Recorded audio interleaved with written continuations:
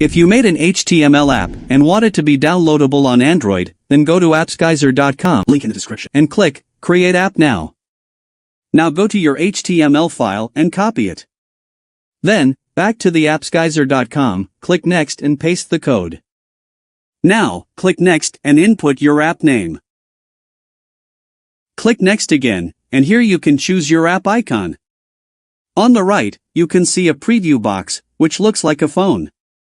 If you click it, you can preview your app. Now, if you click Next again, the Create button will appear. Click it, and it will take you to the home page.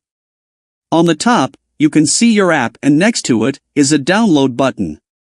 Click the Download button.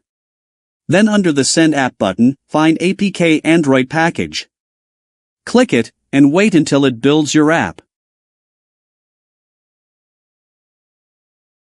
Then it will automatically download it to your device.